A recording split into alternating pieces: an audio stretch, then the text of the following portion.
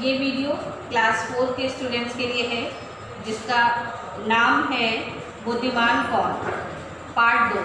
ये एक कहानी है और इस कहानी में आप बहुत ही हास्यप्रद कहानी है और सभी लोगों को एक शिक्षा भी लेनी है ना। ये स्टोरी है 4 मित्रों की। 4 मित्र हैं और उन मित्रों में जो एकता है उसको देखेंगे और कहाँ पर किसकी बुद्धि कितनी विकसित हुई है, इससे भी हमें सीख लेनी है। तो चलिए आप अपनी पुस्तक को ओपन करें और सभी लोग कहानी को पढ़ते हैं। पाटलिपुत्र नगर में 4 मित्र रहते थे। उनमें से 3 मित्र गुड़ीराम, मणिराम और ज्ञानदेव ने बहुत सी विद्याएं पढ़ी थी। इन पर उन्हें बड़ा अभिमान था।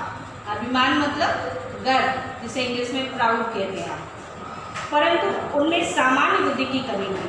देखिए, ज्ञान अर्जित करना एक अलग बात होती है, लेकिन उस ज्ञान का सही समय पर सदुपयोग करना ये दूसरी बात होती है। ये जरूरी नहीं है कि प्रत्येक पढ़ा लिखा व्यक्ति ही ज्ञानी होता है। कभी कभी सामाजिक ज्ञान की चीज़ें जो होती हैं वो ज़्यादा अच्छी होती हैं और समाज हमें बहुत सारी चीज़ें सिखाता है। तो इस कहानी से आप जो चौथा उनका मित्र है उससे सामाजिक ज्ञान का पूरा जानकारी लेंगे, किस तरह से वो जो चौथा मित्र है वो अपनी बुद्धि का प्रयोग करता है। उस चौथे मित्र का नाम है बोधीराम। वो अधिक पढ़ा लिखा तो नहीं था, लेकिन उसमें सामाजिक ज्ञान बहुत अच्छा था। उसको समाज में और समय समय पर किस समय पर हमको क्या डिसीजन लेना चाहिए, ये चीज़ें उसके अंदर बहुत अच्छी थी। एक बार उन मित्रों ने कहा कि चलो हम विदेश जाकर के बहुत सारा धन कमाएंगे। क्यों? क्योंकि उन्होंने बहुत सारी विद्याओं का अर्जन कर लिया था, है ना। तो उन्हें अपने ज्ञान पर बहुत घमंड था। तो सोचा कि यहाँ तो कुछ हो नहीं रहा है, तो क्यों ना विदेश जाकर के हम धन अर्जन करें। उन्होंने जाने के लिए अपनी यात्रा तय की और वो एक जंगल से होकर निकल रहे थे। तो रास्ते में उन्होंने एक मृत पड़े हुए शेर का शरीर देखा। वो कंकाल था, उसके जो मांसपेशियाँ थी, उसकी जो स्किन थी, खाल थी, वो सब नष्ट हो चुकी थी, सिर्फ उसका कंकाल रह गया था। तीनों मित्रों ने कहा कि देखें इससे कुछ हो सकता है क्या। जब उस बिखरे हुए पंजर को उन्होंने इकट्ठा किया, जो शेर का कंकाल था, उसकी अस्थियों को एकत्र किया। मरे हुए शेर में उन्होंने सोचा कि क्यों ना इसे पुनः जीवित किया जाए। तो अपनी अपनी विद्या का उस पर प्रयोग करने के लिए वो तीनों मित्र शुरू हो गए। सबसे पहले उनकी अस्थियों को उन सभी ने इकट्ठा किया। शेर की सारी अस्थियों को मणिराम ने अपनी विद्या का प्रयोग करके उसका पूरा शरीर का ढांचा तैयार कर दिया। और उसके बाद जब दूसरा प्रयोग करने का नंबर था तो उन्होंने कहा कि चलो इसमें हम मांसपेशियाँ और खाल लगा देते हैं। तो दूसरे मित्र ने उसको मांसपेशियाँ और खाल दे दी। अपनी विद्या का प्रयोग कर रहे हैं ये। तीसरा मित्र ज्ञानदेव, वो कुछ ज़्यादा ही ज्ञानी थे। तो उन्होंने कहा जब इसमें मांसपेशियाँ लग गई हैं, इस पर खाल भी आ गई है, तो मैं इस शेर को पुनः जीवित कर सकता हूँ, क्योंकि मुझे उस विद्या का ज्ञानार्जन हो चुका है कि किसी मृत शरीर में किस तरह से प्राण को डाला जाता है।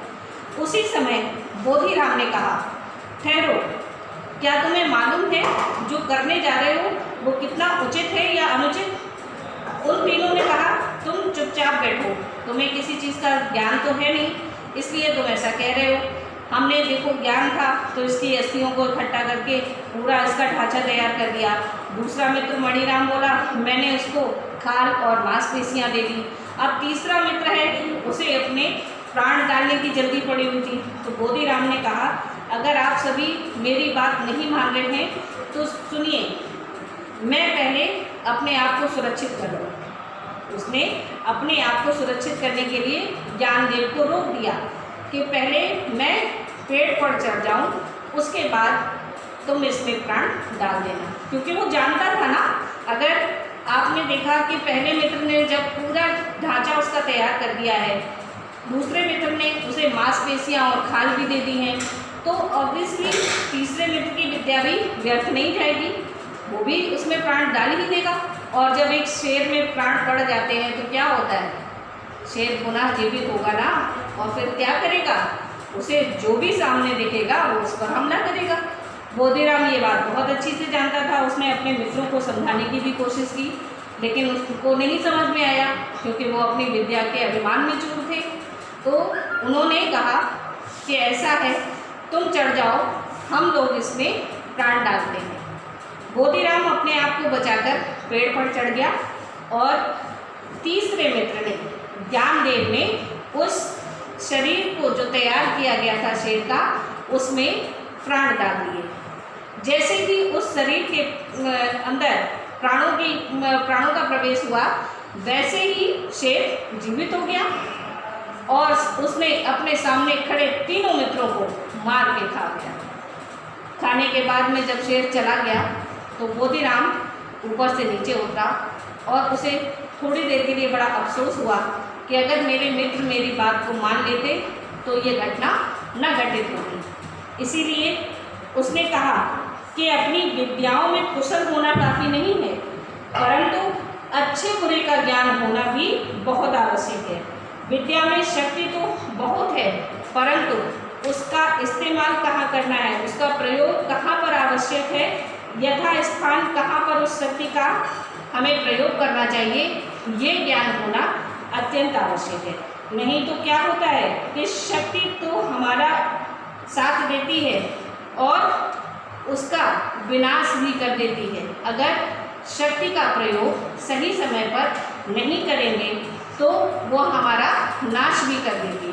तो इस कहानी से हमें क्या शिक्षा मिलती है? इस कहानी से हमें ये शिक्षा मिलती है कि ज्ञानार्जन करना तो बहुत आवश्यक है, लेकिन उसके साथ साथ सामाजिक ज्ञान होना भी आवश्यक है कि हमें अपनी विद्या का प्रयोग कहाँ पर करना चाहिए और किस समय करना चाहिए। धन्यवाद।